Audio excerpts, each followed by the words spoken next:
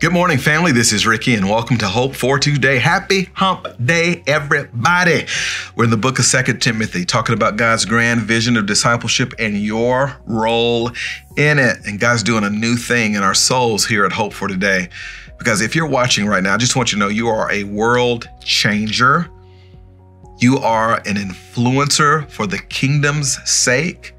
You are somebody. God has a plan for your life. He wants to bless you, but he also wants to use you to be a blessing. That's the good news of the gospel. I'm in 2 Timothy chapter 1. Let's scroll on to verse 4 that says, Paul talking to Timothy, as I remember your tears, I long to see you that I may be filled with joy.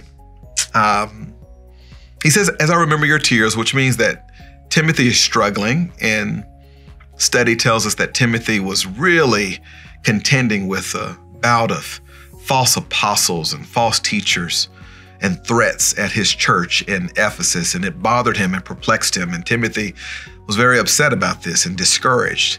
And so here, big brother in the faith is encouraging little brother in the faith, which brings us to the principle of encouragement and disciple making.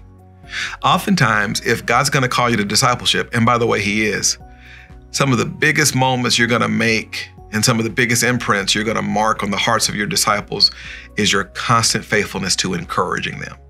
Yes, it's equipping. Yes, it's teaching. Yes, all those things are important. But how many of you know that nobody cares what you know unless they know that you care? And that's what we see Paul doing in this passage, taking the time to encourage others. Oftentimes when I'm writing a sermon, I write sermons on Thursdays.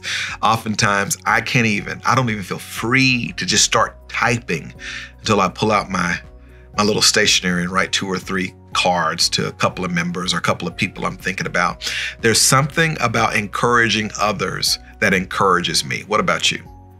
Who's the person who's going through a season of their life where you would say to yourself, you remember their tears and that you long to see them? Maybe they need to know that. Maybe that's the difference between them having a worse day or a better day, is your willingness to obey the Spirit and encourage somebody. Paul says, I long to see you. And our New Testament is originally written in a language called Greek. And that phraseology in the Greek for the word long to see you was literally the strongest expression in the Greek language. It's not Paul saying, I want to see you. It's Paul saying, I really, really desperately want to see you. And remember, Paul's in prison. And yet his trouble, he did not use his license to keep him out of God's calling on his life to be a blessing to others.